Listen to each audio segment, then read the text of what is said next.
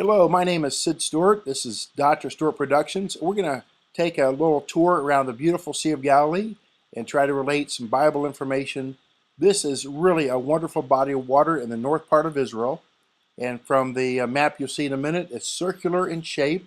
It's about 90 miles north of Jerusalem, and it's approximately 33 miles in circumference. From top to bottom, north to south, that is, it's 13 miles. And then from east to west, it's about 8 miles.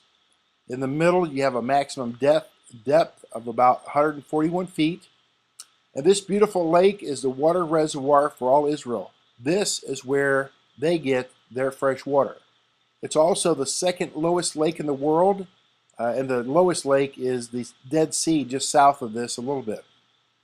The main source of the water of the Sea of Galilee is the northern part of the Jordan River that converges with 2 or 3 other springs and dumps in the north part of the Sea of Galilee. There's also several underground springs that feeds into the Sea of Galilee. And this beautiful body of fresh water has different names like the Sea of Tiberias or the Sea of Kinneret, and that's found in the Old Testament. Now, why is this body of water so important?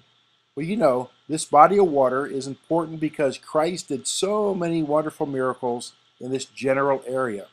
Some of his miracles include, of course, he walked on water. Can you imagine walking on water? Matthew chapter 14 and Mark 6. He also calmed the sea a few times of great storms that threatened the disciples as they were in the boat together. That happened several times, in fact. And also in the north part of the Sea of Galilee, on the shore area, Jesus gave his wonderful Sermon on the Mount while overlooking the lake. And that's found in Matthew 5, 6, 7. And he performed a miracle when he fed 5,000 men besides women and children. That was also in the northwest part of the lake near the shoreline. That's found in Matthew 14, Mark 6, Luke 9, and John 6. Jesus was a little boy who lived in Nazareth, just west of this beautiful lake, and no doubt visited here in the summertime, perhaps. He also performed his first miracle in Cana, which is just west of the lake a short distance. The Sea of Galilee is circular in shape, and the word Galilee in the Greek does mean circular, and so either it's called the Sea of Galilee because of its shape, or from the fact that there's a continuous band of villages all around the lake. Jesus and his disciples no doubt visited many of these villages, and from them called his first disciples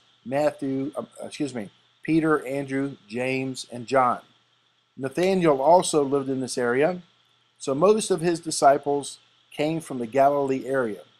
Matthew, the tax collector, lived in Jerusalem, and Judas the betrayer was the only disciple that came from the southernmost part of the land of Israel. From around this Sea of Galilee, Jesus would have visited every village, walking and talking and healing. He would have healed the blind and cleansed the leper and raised the dead. Now, from this wonderful story about the Sea of Galilee, or this account, we can draw 4 distinct lessons. Number 1, I noticed that all people are important to Jesus Christ, even those in humble fishing villages and communities. The blue-collar workers, if you please, those that sweat for a living, those that work hard. Number 2, Jesus called uneducated fishermen to be his disciples. Remember, he did not come to look for qualified people.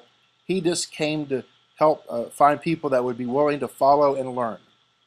Number 3, all Bible geography is important, and it's so good to know the land of Israel. It builds faith and confidence in the Christian's mind.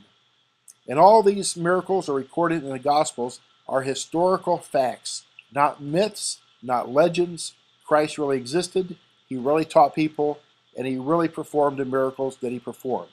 Watch this.